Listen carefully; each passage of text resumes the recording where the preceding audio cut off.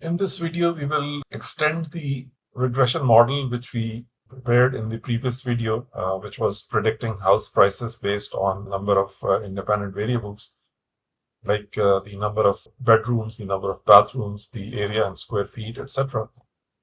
So what we will do is that we will use that regression model to make predictions. To be more precise, we will be using that model to make predictions on unseen data. By unseen data, I mean data which will not be used to build the model, but the model will be tested on that unseen data to make predictions. So in order to do that, what we need to do is that we need to divide our data set into two parts. So for that, I'm going to bring in a partitioning node. Partitioning node is going to take the original data set of 36 rows. Remember, the original data set has 36 rows. I'm going to partition it. Let's configure it. So what I will do is I will go with the default percentage of 70%. So my data set is going to be divided into two parts. One part will have 70% of the rows and the remaining will have 30% of the rows. And I'm going to make these two partitions randomly. So that is why this draw randomly is checked. Let's do that. When I execute, now you can see that the original data set of 36 rows is now divided into two partitions. The first partition has 25 rows and the second partition has 11 rows. And you can see this, the output of this particular node has two arrows here. So this corresponds to the first partition, 25 rows, and this lower arrow corresponds to the second partition, which has 11 rows. What we will do is that we will use the first partition or the 25 rows to build the regression model. And then when the model has been prepared, we will give that model these 11 rows to make predictions. So essentially, the model would have been built using 25 rows, and it is going to make predictions on this unseen data of 11 rows. And we will see how good or bad our model performs. So let's do that. So from this first partition, let's go to that linear regression learner node. Let's configure that node. So what we will do is we will again predict price based on all other independent variables. I'm going to click OK. And now I'm going to pass on this model to the linear regression predictor node. Regression predictor. So regression predictor, as you notice, requires two arrows coming in from the input side. So the first one here, this small blue square, is the regression model, which has been provided to that node from the linear regression learner node. The second thing that it needs is the data for prediction. So let's connect this partition to the regression predictor node. And now what will happen is that the model which was built using the first partition will be tested for making predictions on the second partition. And to look at the goodness of fit, let's add in another node, which is the numeric scorer node, which will tell us the R squared value of this model. So remember, when we go to this regression predictor node, we have to ensure that there is a prediction column, whose name here is prediction price. This is the predicted price that will be calculated by the regression model. We just want to make sure that this is there. So remember, there was an original price column in the data, that was the actual price, and this is going to be the predicted price, which will be added as another column in the data set. So let's configure the numeric scorer node now. So in numeric scorer, our reference column is going to be the actual price. The name of the column was price, and the predicted column is prediction price, which as you saw a while back in the regression predictor node. So it is on the basis of these two variables that the R squared of the model is going to be calculated. Let's click OK. Now let's run this, and then let's run this, and let's run this. And now you can see that the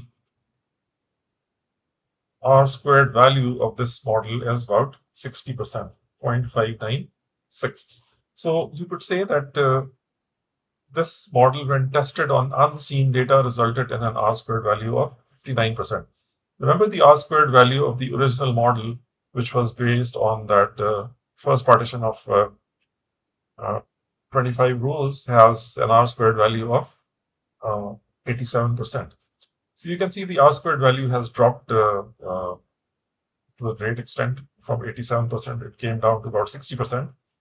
And that is understandable because we have given totally unseen data to that model and the model's performance has reduced. But still, it is able to explain about 60% of the variation in the dependent variable. So this is how we build models to make predictions on data which the model has not seen before. So, well, this exercise would make more sense if we were to compare two different models. In order to do that, I'm just going to make a copy of these three nodes, Control C and Control V, and place them on the node area here. And then let's configure these.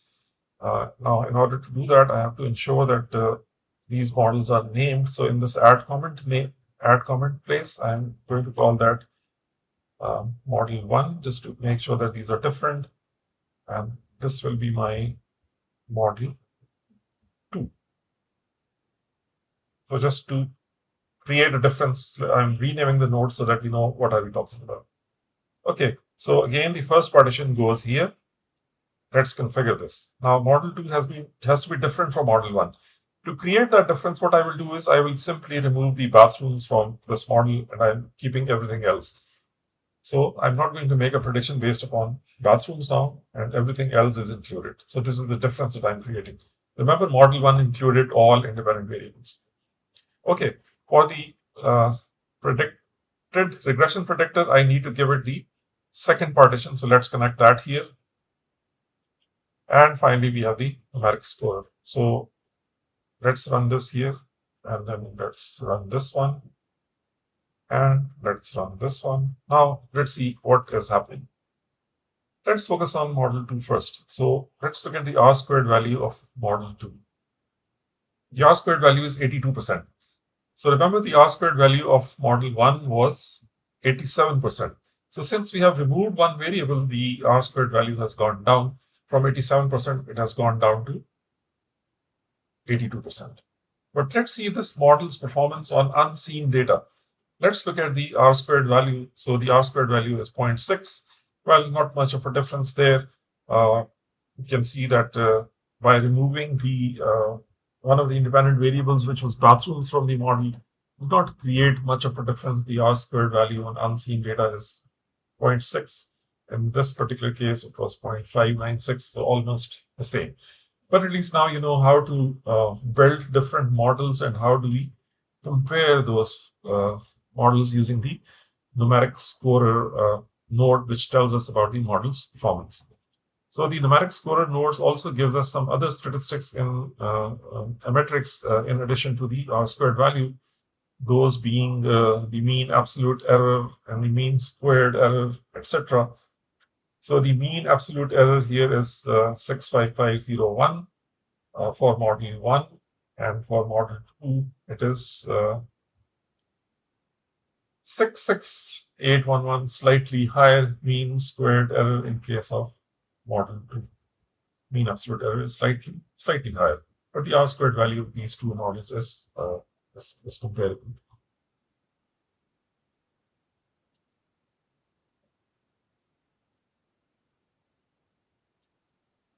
Okay, so in this video, we have learned how to create partitions of our dataset. The idea behind partitioning is to create two partitions. The first partition, on the basis of which we build our model, is usually known as the training set, because that partition is used to train the model.